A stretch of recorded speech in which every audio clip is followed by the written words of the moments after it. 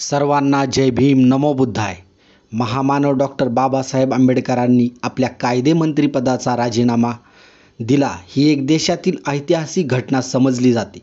Doctor Babasaheb आंबेडकरांनी Hindu code bill लागू न झाल्यामुळे राजीनामा दिला हे मुख्य कारण होतेच, परंतु त्याच कारणासाठी त्यांनी राजीनामा दिला हे प्रमुख कारण नाही. आज देशात केव्हाही डॉक्टर बाबासाहेब आंबेडकर यांच्या राजीनाम्याची चर्चा होते तेव्हा जाणकारांच्या समोर हेच कारण येते किंवा सांगितले जाते, परंतु तसे नसून त्याची अनेक कारणे आहेत. तर आज आपण डॉक्टर बाबासाहेब आंबेडकरांनी कायदेमंत्रीपदाचा राजीनामा का दिला ते त्यांच्याच शब्दात पाहू. मंत्रिमंडळातून मी बाहेर पडावे अशी मला फार दिवसांपासून तळमळ लागून राहिली होती आणि अशी तळमळ लागायला एकामागून एक अशी अनेक प्रकारची कारणे एकसारखी उत्पन्न होत गेली. प्रथम मी वैयक्तिक कारणांकडे वळतो. ही वैयक्तिक कारणे माझ्या राजीनाम्याला सर्वतः कारणीभूत झाली नाहीत हे मात्र मी आगाऊ सांगतो. व्हाईसरायच्या कार्यकारी मंडळाचा मी पूर्वी सभासद होतो, त्यामुळे मला माहीत आहे की कायदेमंत्रीपद हे अंमलबजावणीच्या दृष्टीने महत्त्वाचे पद, पण भारत सरकारची धोरणे ठरविण्याच्या बाबतीत कायदे खात्याला कधीच संधी मिळाली नाही व मिळत नसते. हे खाते म्हणजे अवघ्या बुड्ढ्या वकिलाला करमणुकीसाठी दिलेले पोकळ खेळणे होय, असे आम्ही कायदे खात्याबद्दल मत प्रदर्शित करीत असू. प्रधानमंत्र्यांनी जेव्हा मंत्रिपदाची देणगी माझ्यापुढे ठेवली तेव्हा त्यांना मी म्हटले की मी धंद्याने वकील आहे हे खरे आहे, पण मी जे उच्च प्रतीचे शिक्षण घेतले आणि कामकाजाचा जो मला प्रत्यक्ष अनुभव आलेला आहे त्यावरून मी 2 खाती चालविण्यास समर्थ आहे आणि व्हाईसरायच्या कारकिर्दीत मी अंमलबजावणीशी संबंध असलेली 2 खाती चालवित होतो, एक मजूर खाते व दुसरे सेंट्रल पब्लिक वर्क्स डिपार्टमेंट. तेव्हा तुम्ही मला कायदे खाते देता, त्याच्या जोडीला दुसरे अंमलबजावणीचा संबंध असलेले खाते द्या. माझ्या या मागणीला प्रधानमंत्र्यांनी मान्यता दिली व ते म्हणाले की योजना म्हणजेच प्लॅनिंग खाते लवकरच निर्माण करण्यात येईल व ते तुमच्याकडे सोपविले जाईल. प्रधानमंत्र्यांची खाते वाटप पद्धत. दुर्दैवाने हे योजना खाते फार उशिरा निर्माण करण्यात आले तेव्हा मला वगळून ते दुसऱ्याच्या हाती दिले गेले. मंत्री म्हणून जेवढा काळ मी घालविला तेवढ्या काळात एका मंत्र्यापासून दुसऱ्या मंत्र्याकडे अनेक खात्यांची फिरवाफिरव करण्यात आली. या फिरवाफिरवी जेव्हा चालू होती तेव्हा मला वाटे की एखादे जादा खाते मला देण्यात येईल, परंतु मला शेवटी दिसून येई की या भानगडीतून मला वगळण्यात आले. पुष्कळ मंत्र्यांना 2 किंवा 3 खाती देण्यात आलेली आहेत. या खात्यांची कामे त्यांना डोईजड झालेली आहेत. माझ्याप्रमाणे काही मंत्र्यांना भरपूर काम नाही, त्यांना भरपूर काम मिळावे म्हणून जादा खाती घ्यावीत असे त्यांचे मत होते. एखादा मंत्री काही दिवसांसाठी परदेशी गेला तरी त्याचे खाते काही दिवसांसाठी माझ्याकडे सोपविण्याचे प्रधानमंत्र्यांना सुचले नाही. निरनिराळ्या खात्यांची वाटणी मंत्र्यांमध्ये करताना प्रधानमंत्री कोणत्या तत्वाचा अवलंब करतात हे सांगणे कठीण आहे. मंत्र्यांची लायकी की विश्वासपात्रता की मैत्री की पडल्या फळाची आज्ञा मानण्याची प्रवृत्ती पाहून प्रधानमंत्री त्यांच्याकडे विशिष्ट खाती सोपवीत. परदेश व्यवहार समिती इत्यादी ज्या प्रमुख समित्या प्रधानमंडळ नेमते अशा एकाही समितीवर माझी नेमणूक केली नाही. आर्थिक व्यवहार समिती जेव्हा निर्माण केली तेव्हा मी अशी अटकळ बांधली की मी अर्थशास्त्र आणि पैशाचा व्यवहार या विषयांचा कसून अभ्यास केलेला असल्यामुळे या समितीवर माझी निवड करण्यात येईल, परंतु याही वेळा मला वगळण्यात आले. प्रधानमंत्री इंग्लंडला गेले तेव्हा समितीवर मला नेमण्यात आले, पण ते परदेशाहून परत आले तेव्हा प्रधानमंडळाची पुनर्रचना करण्यासाठी त्यांनी ज्या योजना हाताळल्या त्यात मला समितीवरून काढून टाकले. पुढे प्रधानमंत्र्यांनी प्रधानमंडळाची पुन्हा जी पुनर्घटना केली तेव्हा माझी सदर कमिटीवर निवड केली. माझ्या संबंधी पंतप्रधानांचे हे जे वर्तन होत होते त्याबद्दल मी त्यांच्यासमोर निषेध केला तेव्हा त्यांचे डोळे उघडले व सदर कमिटीवर माझी नेमणूक केली. माझ्या बाबतीत जाणून बुजून जो पंक्ती प्रपंच करण्यात येत होता त्याबद्दल मी पंतप्रधानांकडे कधी कुरकुर केली नाही. याबद्दलची ग्वाही पंतप्रधान देतील अशी माझी खात्री आहे. सत्तेचे राजकारण खेळण्यासाठी किंवा एखाद्या मंत्र्याची जागा रिकामी झाली असता ती आपणाकडे ओढून घेण्याची प्रधानमंडळातील सभासदांची जीवापाड धडपड चालू होई त्यापासून मी पूर्णपणे अलिप्त राहत असे. मुकावस्थेत राहून सेवा करणे हेच श्रेष्ठ कर्तव्य होय असा माझा विश्वास आहे आणि त्याप्रमाणे प्रधानमंत्र्यांनी माझी योग्यता जाणून माझ्याकडे जी जागा सोपवली त्या जागेची सेवा मी मनोभावे केलेली आहे. अशा परिस्थितीतही माझ्या बाबतीत अन्याय झाला हे मला दिसले नाही असे मी म्हटले असते तर ते मनुष्य स्वभावाला सोडून होते. काँग्रेसने दलितांसाठी काय केले? आपल्या सरकारबद्दल मी नाराज का झालो याची दुसरी एक बाजू आहे, ती म्हणजे मागासलेले वर्ग आणि वर्गीकृत वर्ग यांच्या हिताबद्दल सरकारने जी अनास्था दाखविली ही होय. दलित वर्गासंबंधी घटनेत जी तरतूद केलेली आहे ती माझ्या मते सर्वस्वी अपुरी आहे. तथापि ती तरतूद समाधानकारक नव्हती तरी तिला मी मान्यता दिली. हेतू हा की या तरतुदीची सरकारने मनापासून अंमलबजावणी केली तर दलित वर्गाच्या उन्नतीचे कार्य फारसे झाले नाही तरी होईल. सध्या दलित वर्गाची अवस्था कशी आहे याबाबतीत मला जी काही माहिती आहे तीवरून मी असे म्हणतो की 1946 सालात त्यांची जी अवस्था होती ती सध्याही तशीच आहे. तिच्यात काही फेरफार घडून आलेला नाही. वरिष्ठ वर्गाकडून दलित वर्गावर पूर्वी जे जुलूम, अत्याचार आणि दहशतीचे प्रकार होत तेच जुलूम, अत्याचार आणि दहशतीचे प्रकार अद्यापही होत आहेत व ते अत्यंत अमानुष स्वरूपात होत आहेत. याबद्दलची शेकडो उदाहरणे मी देऊ शकेन. दिल्लीच्या आसपासच्या प्रदेशांतून हजारो दलित वर्गीय लोक आपल्या दुःखद परिस्थितीची हकीकत मला सांगावयास येतात. सवर्ण हिंदू लोक आम्हावर वेळोवेळी अमानुष अत्याचार करतात व त्याबद्दल आम्ही पोलिसांकडे तक्रार केल्या तरी पोलीस आमच्या तक्रारी नोंदवित नाहीत. आमचे दुःख वेशीवर टांगले जात नाही आणि पोलिसांकडून आम्हाला संरक्षण मिळत नाही अशी दीनवाणी कहाणी ते लोक मला सांगत असतात. भारतातील दलित वर्गाची जी शोचनीय व दीनवाणी परिस्थिती आहे तशी परिस्थिती भोगीत असलेला एखादा मानवी वर्ग या पृथ्वीतलावर असेल की नाही हे सांगणे कठीण आहे. भारताची पुनर्रचना करण्याचा अधिकार मला दिला नाही. मी वर्गीकृत लोकांत जन्मलो व त्या लोकांची प्रगती घडवून आणण्यासाठी आपले आयुष्य खर्च करावयाचे याबद्दलची प्रतिज्ञा मी लहानपणातच केलेली आहे. या प्रतिज्ञेपासून च्यूत करणारी अनेक आमिषे माझ्या आयुष्यात आली व गेली.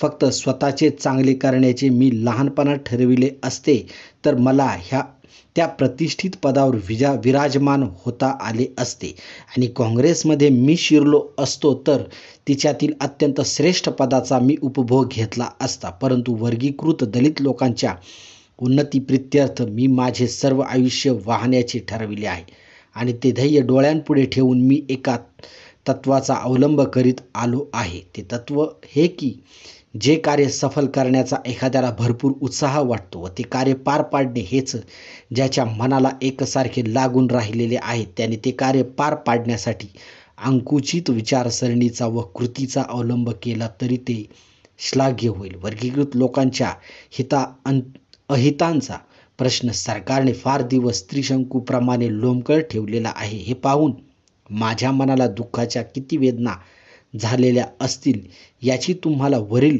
हकीकतीवरून स्पष्ट कल्पना येईल. चमत्कारिक कार्यपद्धती. आता माझ्या राजीनाम्यास कारणीभूत झालेल्या दुसऱ्या प्रश्नाकडे वळतो. हिंद सरकारचे मंत्रिमंडळ म्हणजे वेगवेगळ्या समितींनी आगाऊच ठरविलेल्या कार्याची रूपरेषा नोंदविण्याचे व सीलबद्ध करण्याचे केंद्र बनले आहे. एक परराष्ट्रीय कामकाज समिती आहे. परदेशीय सर्व महत्त्वाच्या घटनांवरही समिती उपाय योजिते. तसेच संरक्षणाचे प्रश्न संरक्षण समिती पाहते. यावर काही मंत्री नेमले जातात. मी यापैकी कुठल्याही समितीचा सभासद नव्हतो. या समित्या गुप्तपणे आपली कामे करतात. जे मंत्री सभासद नसतील त्यांना देशाचे धोरण ठरविण्यात भाग घेता येत नाही, पण संयुक्त जबाबदारी मात्र पत्करावी लागते. ही एक चमत्कारिक व अशक्यप्राय गोष्ट करावी लागत असे. हिंदू कोड बिल व सरकार. आता राजीनामा देण्यात अखेर जी गोष्ट कारणीभूत झाली ती सांगतो. ती म्हणजे हिंदू कोड बिलाबद्दल सरकारने केलेला चालढकलपणा व बेपर्वाई होय. हे बिल प्रथम 11 एप्रिल 1947 साली मांडले गेले. 4 वर्षात ते तग धरू शकले व त्यातील 4 कलमे मंजूर झाल्यावर या बिलाची अक्षरशः हत्या करण्यात कोणालाच वैषम्य वाटले नाही. बिलाची सुरुवातच आकडीने झाली. जवळजवळ 1 वर्ष ते बिल सिलेक्ट कमिटीकडे पाठवायचे होते याची सरकारला आवश्यकता वाटली नाही. काँग्रेसने हिंदू कोड बिलाचे धिंडवडे केले. हिंदू कोड बिलाच्या बाबतीत माझा छळ झाला म्हटले तर अतिशयोक्ती व्हायची नाही. राज्यकर्त्या पक्षाचे बळ मला मंत्रिमंडळात नव्हते. पंतप्रधानांनी या बिलावर खुल्या मतदानाची मुभा काँग्रेस पक्षाला दिली होती. निदान पार्लमेंटमधील पक्षप्रतोद तरी भाषणावर वेळेस निर्बंध घालील अशी अपेक्षा होती. निदान आवश्यक ती चर्चा झाल्यावर वादविवाद बंद करण्याची सूचना प्रमुख पक्ष प्रतोद आणील अशी त्याला सूचना दिली जाईल अशी माझी कल्पना होती. अशा निर्बंधामुळे बिल वेळेत पास होऊ शकले असते, पण अशी सूचना कधी दिली गेली नाही. पार्लमेंटच्या कामाचे मिनिस्टर व सरकारी पक्षाचे प्रतोद यांच्याबद्दल कमी सांगितलेले बरे. हिंदू कोड बिलाचे ते द्वेष्टे होते, ते पक्के विरोधी होते. पंतप्रधानांशी एकनिष्ठ न राहणारा प्रतोद व अशा प्रतोदाशी एकनिष्ठ राहणारा पंतप्रधान असा प्रकार माझ्या पाहण्यात कधी कुठे आला नाही. शिस्तभंग करणारा व घटनेनुसार न चालणारा हा प्रतोद पंतप्रधानांच्या गळ्यातील ताईत आहे. त्याच्या या बेशिस्त वर्तनाची दखल न घेता त्याला पक्षाच्या संघटनेत बढती मिळाली. अशा परिस्थितीत काम करणे केव्हाही अशक्यच. खुद्द पार्लमेंटमध्ये सुद्धा 2, 3 व 4 कलमांवर मतविभागणी झाली. प्रत्येक वेळी ते प्रचंड मताने पास झाले. हिंदू कोड बिलाचा आत्मा असे हे 4थे कलमही मंजूर झाले. असे असता पंतप्रधानांची वेळेची सबब मी कशी मान्य करीन? माझ्या राजीनाम्याबद्दल एवढा सविस्तर खुलासा मी करीत आहे कारण काहींनी मी आजारपणामुळे राजीनामा देत आहे अशी बातमी उठवली. म्हणून आजारपणाचे निमित्त सांगून माझ्या कर्तव्यापासून मी तसूभरही न ढळणारा, अगर माघार न घेणारा गृहस्थ आहे. माझा राजीनामा वस्तुस्थितीस धरून नाही असे काहींचे म्हणणे आहे. जर मला सरकारचे परराष्ट्रीय धोरण मान्य नव्हते व मागासलेल्या जमातीला देण्यात येणारी वागणूक पसंत नव्हती तर मी आगाऊच राजीनामा दिला पाहिजे होता. हा आरोप कोणास खरा वाटेल, पण राजीनामा देण्याचे पुढे ढकलले यालाही सबळ कारणे आहेत. एकतर माझ्या मंत्रिपदातील पुष्कळसा वेळ भारताची घटना करण्यात मी खर्ची पाडला. 26 जानेवारी 1950 पर्यंत मी त्यात तन्मय होतो. त्यानंतर जनतेच्या प्रतिनिधित्वाचे बिल व डिलिमिटेशन ऑर्डर या कामात मी होतो. त्यामुळे परराष्ट्रीय धोरणाकडे लक्ष द्यायला मला अवसर मिळाला नाही. हाती घेतलेले काम टाळून टाकून दुसरीकडे लक्ष देणे हे योग्य नव्हते. केवळ हिंदू कोड बिलासाठी मी राहिलो. काहींना हे करणे चुकीचे वाटेल, पण माझी दृष्टी वेगळी होती. पार्लमेंट पुढील हिंदू कोड बिल ही एक महत्त्वपूर्ण घटना होती व ती या देशातील कोणत्याही अधिवेशनात विचारात घेतली गेली नव्हती. एवढेच नव्हे तर पार्लमेंटमध्ये यापूर्वी व पुढेही येणाऱ्या कोणत्याही कायद्याची बरोबरी हिंदू कोड बिलाबरोबर करता येणार नाही, इतकेच त्याचे महत्त्व आहे. हिंदू समाजातील वर्गावर्गातील उच्च नीच भेद व लिंगभेद तसेच कायम ठेवून केलेले कोणतेही निव्वळ आर्थिक परिस्थिती सुधारण्याचे कायदे म्हणजे धाव न काढता त्यावर उभारलेले पत्त्यांचे बंगले होत. ही तर घटनेची थट्टा आहे. हिंदू कोड बिलाला मी एवढे महत्त्व का देतो याची यावरून कल्पना येईल. यासाठी तीव्र मतभेद असताही मी मंत्रिमंडळात राहिलो. जर मी यात चूक केली असेल तर ती काही भरीव व चांगले काम करण्याकरिताच होय. हिंदू कोड बिलाच्या विरोधकांचे अडथळे उत्पन्न करणारे डाव उलथून पाडण्याची मला उमेद नव्हती काय? या बाबतीत पंतप्रधानांनी पार्लमेंटमध्ये 3 वेळा केलेल्या खुलाशाकडे मी साऱ्यांचे लक्ष वेधू इच्छितो. तारीख 28 नोव्हेंबर 1951 मध्ये पंतप्रधानांनी हिंदू कोड बिल पास करण्याचा सरकारने निश्चय केला आहे व ते त्या मार्गावर आहे. सरकार ते पास करून घेईल, अर्थात तो अधिकार पार्लमेंटचा आहे. जर सरकारने मांडलेल्या महत्त्वाच्या बिलाला पार्लमेंटने मान्यता दिली नाही तर त्याचा स्पष्ट अर्थ असा की पार्लमेंटला चालू सरकार नको, अर्थात नवीन सरकार ती जागा घेईल. म्हणून सभासदांनी हे पक्के ध्यानात ठेवावे की हिंदू कोड बिल हे महत्त्वाचे बिल आहे व सरकारचे अस्तित्व यावर अवलंबून राहण्या इतके ते सरकारला महत्त्वाचे वाटते.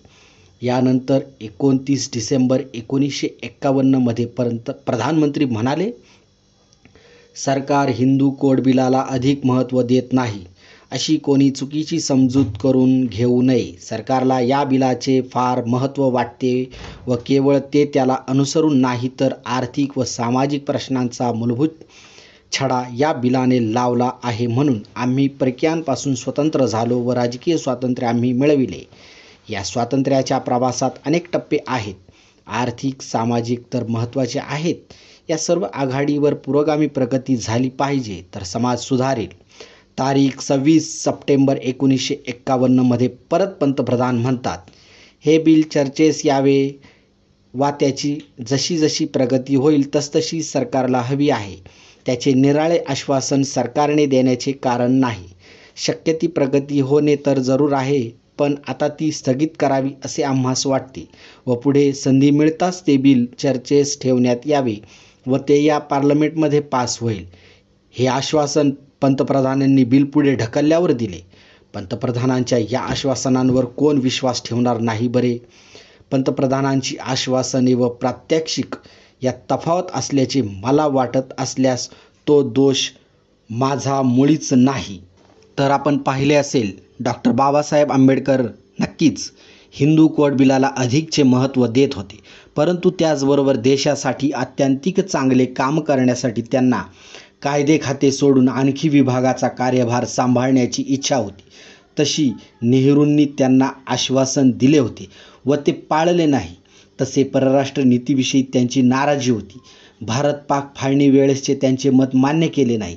सरकार कार्यकाळात दलितांवरील होणारे अन्याय अत्याचार त्यांना दुःखी करत होते व मुख्य हिंदू कोड बिल सरकारने ज्या गांभीर्याने घ्यावयास पाहिजे होते ते सरकारने घेतले नाही.